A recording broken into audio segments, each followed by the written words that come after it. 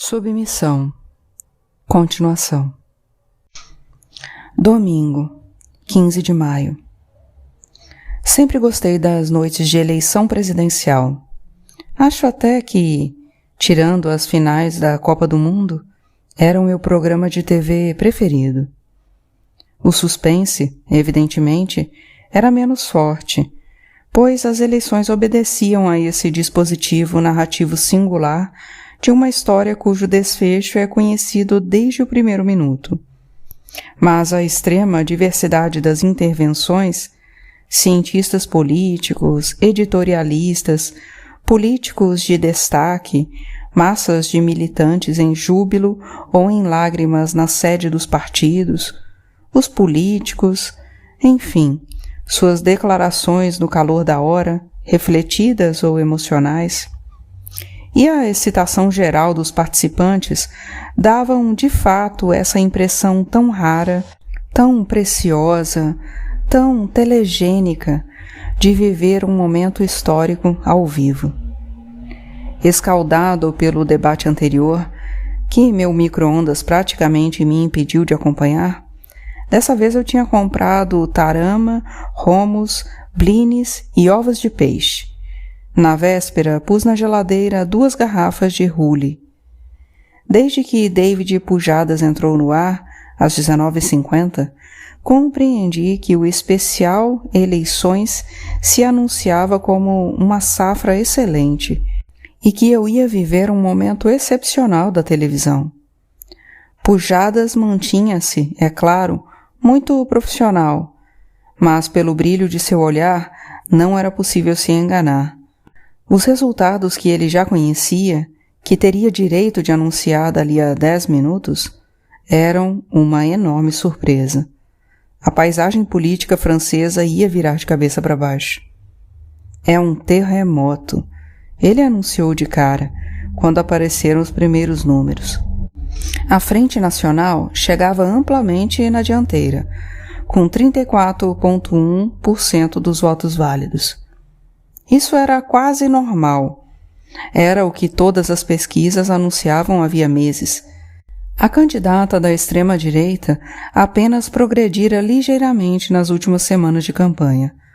Mas, atrás dela, o candidato do Partido Socialista, com 21,8%, e o da Fraternidade Muçulmana, com 21,7%, estavam empatados.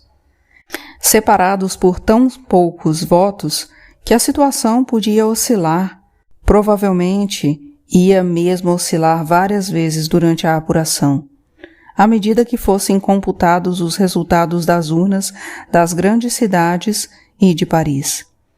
Com 12,1% dos votos, o candidato da direita estava definitivamente fora do páreo. Jean-François Copé só apareceu na telinha às 21h50. Lívido, barba mal feita, a gravata torta, dava mais que nunca a impressão de ter sido posto em detenção provisória durante aquelas últimas horas. Com dolorosa humildade, admitiu que se tratava de um revés, de um grave revés, cuja inteira responsabilidade ele assumia. No entanto, não chegaria ao ponto, como Lionel Jospin em 2002, de considerar uma aposentadoria da vida política. Quanto às recomendações de voto para o segundo turno, não dava nenhuma. O diretório político da UMP se reuniria durante a semana para tomar uma decisão. Às 22 horas, os 2 candidatos continuavam empatados, e os últimos números davam estimativas absolutamente idênticas. Essa incerteza evitava que o candidato socialista fizesse uma declaração que se pressentia difícil. Os 2 partidos que estruturaram a vida política francesa desde o início da Quinta República seriam varridos de cena? A hipótese era tão espantosa que parecia que os comentaristas que se sucediam às pressas no estúdio, e até David Pujadas, que, no entanto, era pouco suspeito de condolescência com o Islã e famoso por ser próximo de Manuel Valls, nutriam secretamente esse desejo, indo de um canal a outro com tamanha celeridade que parecia gozar do dom de ubiquidade, conseguindo até altas horas da noite deslumbrantes movimentos de echarpe. Christophe Barbier foi incontestavelmente um dos reis desse especial eleições, eclipsando com facilidade Réau Dely, apagado e sombrio durante um resultado que sua revista não previra, e até mesmo Yves Trehart, em geral, mais combativo. Foi só um pouco depois da meia-noite, na hora em que eu terminava minha segunda garrafa de Rully, que anunciaram os resultados definitivos. Mohammed Ben Abis, candidato da Fraternidade Muçulmana, chegava em segundo lugar, com 22,3% dos votos. Com 21,9%, o candidato socialista estava eliminado. Manuel Valls fez uma curta declaração, muito sóbria, em que saudou os dois candidatos que chegaram à frente e adiou qualquer decisão até a reunião do comitê diretor do Partido Socialista. Quarta-feira, 18 de maio. Quando voltei à faculdade para dar minhas aulas, tive, pela primeira vez, a sensação de que alguma coisa podia acontecer, de que o sistema político em que, desde a minha infância, eu estava acostumado a viver e que havia muito tempo visivelmente se fraturava, podia explodir de uma só vez. Não sei exatamente o que me deu essa impressão. Talvez a atitude de meus alunos de último ano. Por mais amorfos e despolitizados que fossem, pareciam naquele dia tensos, ansiosos. Tentavam, a olhos vistos, captar fiapos de informações em seus smartphones e tablets. Em todo caso, estavam mais do que nunca desatentos à minha aula. Talvez também o andar das moças de burca, mais seguro e mais lento que de costume, pois vinham andando abertamente, em grupinhos de 3, pelos corredores, sem ir se esgueirando pelas paredes, como se já fossem donas do terreno. Em compensação, eu estava impressionado com a apatia de meus colegas. Para eles não parecia haver nenhum problema. Não se sentiam nem um pouco atingidos, o que apenas confirmava o que eu pensava havia anos. Os que chegam a um estatuto de professor universitário não imaginam nem de longe que uma evolução política possa ter a menor consequência em sua carreira. Sentem-se absolutamente intocáveis. No final do dia, avistei Marie-François. Quando eu virava a esquina da rua Saint-Heuil, indo em direção ao metrô. Apressei-me, quase corri para alcançá-la, e, chegando ao seu lado, depois de um rápido boa tarde, fiz uma pergunta direta. Você acredita que nossos colegas têm razão de estarem tão calmos? Acredita que estamos realmente protegidos? Ah, ela exclamou com uma careta de gnomo, que a enfeava ainda mais, antes de acender um gitane. Eu me perguntava se alguém ia acordar nessa faculdade de merda. Não estamos nem um pouco protegidos. Peço que acredite em mim. Sei muito bem do que estou falando. Deixou passar uns segundos antes de explicar. Meu marido trabalha na DGSI. Olhei para ela estarrecido. Era a primeira vez em 10 anos que, ao cruzar com ela, eu tomava consciência de que fora uma mulher, e mesmo em certo sentido ainda era, e de que um homem, certo dia, sentira desejo por aquela criatura encarquilhada e baixotinha. Quase um batráquio. Ela, felizmente, se enganou quanto à minha expressão. Eu sei, ela disse com satisfação. Isso sempre surpreende. Bem, você sabe o que é a DGSI? É um serviço secreto? Um pouco como a DST? A DST não existe mais. Associou-se às informações gerais para formarem a DCRI, que depois se tornou a DGSI. Seu marido é uma espécie de espião? Não propriamente. Os espiões são mais a DGSE e são subordinados ao Ministério da Defesa. A DGSI faz parte do Ministério do Interior. Então, é uma polícia política? Ela sorriu de novo, mais discretamente, o que a enfiava um pouco menos. Oficialmente, é claro que recusam o rótulo, mas, afinal, sim, é um pouco isso. Vigiam os movimentos extremistas. Essa é uma das principais atribuições deles. Você poderia vir tomar alguma coisa em casa. Meu marido lhe explicará tudo isso. Quer dizer, explicará o que tem permissão de explicar. Não sei exatamente o que. Isso muda o tempo todo, dependendo da evolução dos processos. Mas, de qualquer maneira, haverá verdadeiras mudanças depois das eleições, e que se referem diretamente à faculdade. Moravam no Square Vermenose, 5 minutos a pé de Saint-Cyr. Seu marido não parecia nem um pouco membro dos serviços secretos tal qual eu imaginava. Aliás, o que é que eu imaginava? Provavelmente uma espécie de curso, misto de bandido e vendedor de aperitivos. Sorridente e arrumadinho, o crânio tão liso que parecia lustrado, vestia um cardigã xadrez. Mas imagino que nos horários de trabalho devia usar gravata borboleta e talvez um colete. Tudo nele transpirava uma elegância antiquada. Tive de cara uma impressão de agilidade intelectual quase anormal. Era provavelmente o único ex-aluno da rua Delum a ter feito, depois do concurso para professor, o concurso para entrar na Escola Nacional Superior da Polícia. Imediatamente depois de ter sido nomeado delegado, disse ele ao me servir um porto. Pedi minha transferência para os Informações Gerais. Era uma espécie de vocação, acrescentou com um sorrisinho, como se seu gosto pelos serviços secretos não passasse de uma inocente mania. Fez uma longa pausa, deu um primeiro gole de porto, depois um segundo, e prosseguiu. As negociações entre o Partido Socialista e a Fraternidade Muçulmana são muito mais difíceis que o previsto. E olhe que os muçulmanos estão dispostos a dar para a esquerda mais da metade dos ministérios, inclusive ministérios chaves como o das finanças e do interior.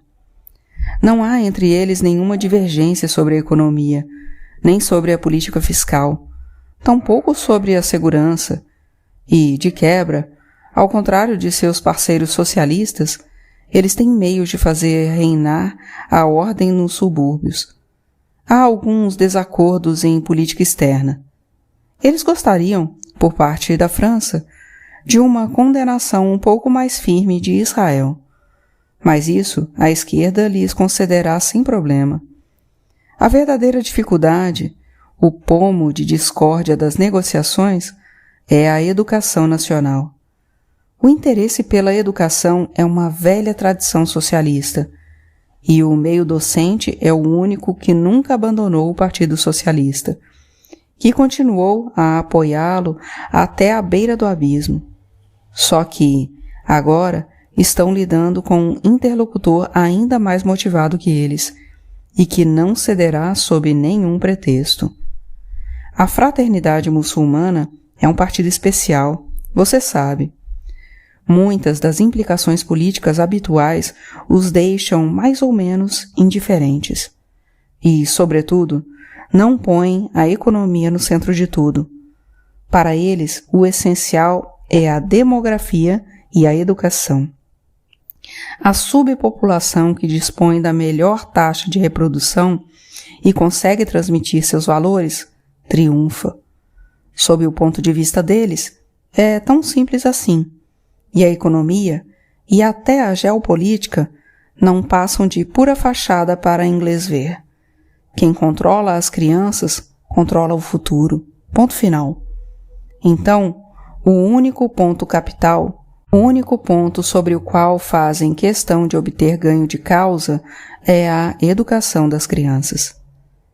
E o que eles querem?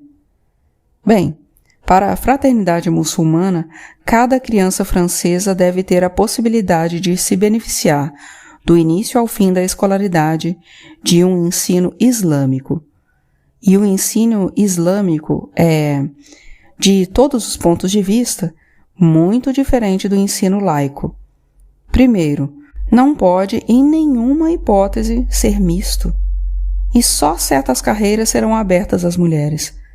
O que eles desejam, no fundo, é que a maioria das mulheres, depois do curso primário, seja orientada para escolas de educação doméstica e se case o quanto antes.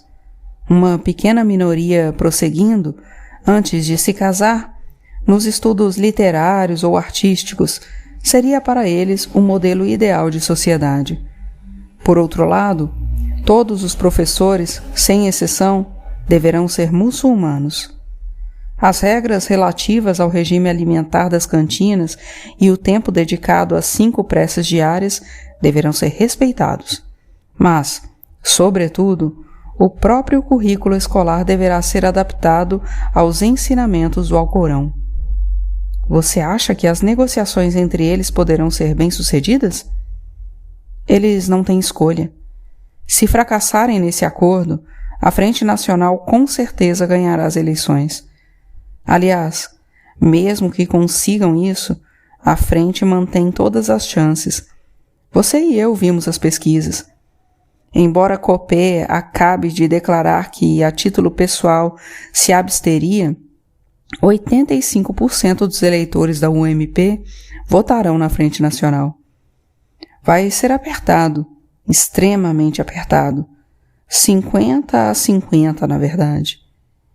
Então, a única solução que lhes resta, prosseguiu, é proceder a uma divisão sistemática dos ensinamentos escolares. Quanto à poligamia, aliás, já conseguiram chegar a um acordo, que poderia servir de modelo. O casamento republicano permanecerá inalterado, uma união entre 2 pessoas, homens ou mulheres. O casamento muçulmano, eventualmente poligâmico, não terá nenhuma consequência em termos de estado civil, mas será reconhecido como válido e abrirá direitos, tanto junto aos centros de seguridade social quanto aos serviços fiscais. Tem certeza? Isso me parece uma enormidade. Absoluta. Já foi até referendado nas negociações.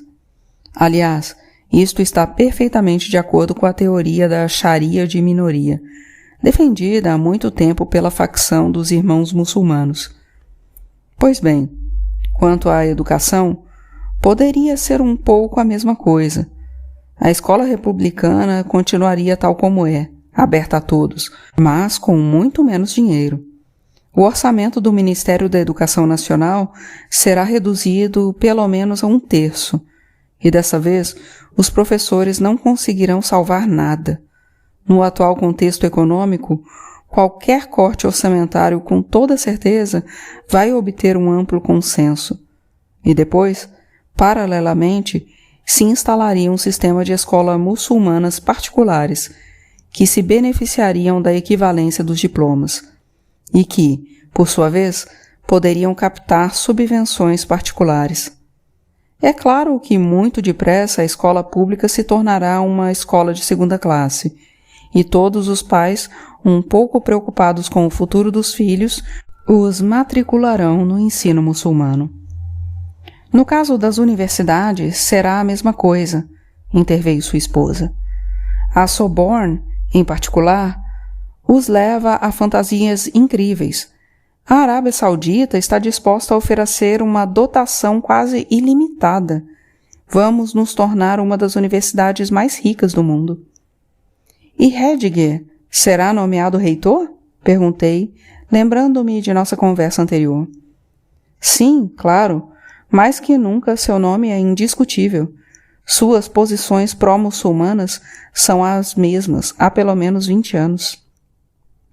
Ele até se converteu, se não me falha a memória, interveio o marido. Esvaziei meu copo de um só gole. Ele me serviu de novo. De fato, ia haver novidades. Suponho que isso seja terrivelmente secreto. Recomecei após um tempo de reflexão. Não entendo por que está me contando tudo. Em tempos normais, é claro que eu manteria o silêncio. Mas o fato é que, neste caso, o vazamento já foi total. E é justo isso que nos preocupa atualmente. Tudo o que acabo de lhe dizer, e até mais, consegui ler, tal qual, nos blogs de certos militantes identitários, aqueles que conseguimos infiltrar. Balançou a cabeça com incredulidade. Se eles tivessem conseguido instalar microfones nas salas mais protegidas do Ministério do Interior, não saberiam mais que isso. E o pior é que, por ora, não fazem nada com essas informações explosivas. Nenhum comunicado de imprensa, nenhuma revelação destinada ao grande público. Esperam, pura e simplesmente. É uma situação inédita e perfeitamente angustiante. Tentei saber um pouco mais sobre o movimento identitário, mas ele estava ficando visivelmente mais calado.